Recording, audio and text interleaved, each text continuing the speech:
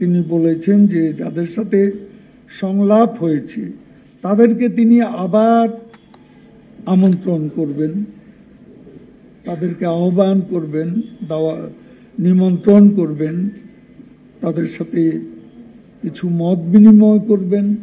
আবারও সংলাপে বসতে প্রধানমন্ত্রী শেখ হাসিনার এমন মনোভাবের কথা গতকাল জানিয়েছিলেন আওয়ামী লীগ সাধারণ সম্পাদক।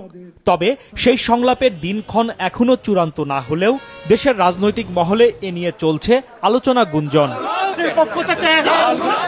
দুপুরে সিলেটে হযরত শাহজালালের মাজার জিয়ারত শেষে সংলাপের বিষয়ে কথা বলেন জাতীয় ঐক্যফ্রন্টের মুখপাত্র ও বিএনপি মহাসচিব মির্জা ফখরুল ইসলাম আলমগীর সরকারের কাছে জানতে চান সংলাপের বিষয়বস্তু নিয়ে।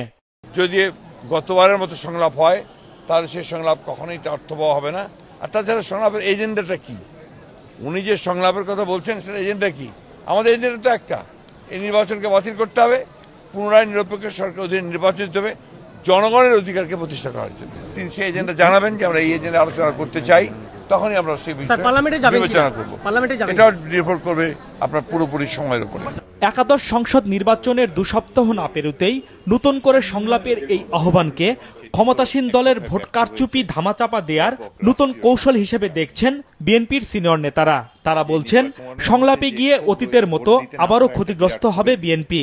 জনমনে যে ক্ষোভ রয়েছে সেই ক্ষোভকে ধীরে ধীরে ডাইলিউট করার জন্য এই সংলাপের আমন্ত্রণ জানানো হচ্ছে এবং এই সংলাপে বিএনপি বা বিরোধী দলের কোনো কিছু পাওয়ার আছে বলে আমি মনে করি না। এটি করে তাদের গোড়া আরও শক্ত হবে। এই ক্ষেত্রে বিএনপির উচিত হবে না এই ধরনের কোনো টোপ গেলা, এবং তারপরেও যদি তারা পুনর্নির্বাচনের জন্য কোনো সংলাপ করতে চায় তাহলে সংলাপে যাওয়া যেতে পারে। এদিকে বিকেলে রাজধানীতে এক অনুষ্ঠানে আওয়ামী লীগ সাধারণ সম্পাদক জানান নির্বাচন পরবর্তী শুভেচ্ছা বিনিময়ের জন্য রাজনৈতিক দলগুলোকে আমন্ত্রণ জানাবেন প্রধানমন্ত্রী। ঐক্যফ্রন্ট সহ সেই সংলাপে অংশ নিয়েছিল সেই দলগুলোকে তিনি গণভবনে আমন্ত্রণ জানাতে চান নির্বাচন পরবর্তী শুভেচ্ছা বিনিময়ের জন্য।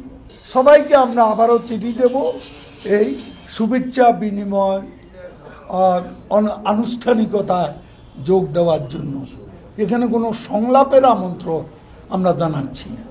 গেল নভেম্বরে জাতীয় ঐক্যফ্রন্টের শীর্ষ নেতা ডক্টর কামাল হোসেনের নেতৃত্বে 2 দফা প্রধানমন্ত্রী শেখ হাসিনার সাথে গণভবনের সংলাপ হয়েছিল। হাসনাইন তানভীর, মাছরাঙা সংবাদ, ঢাকা।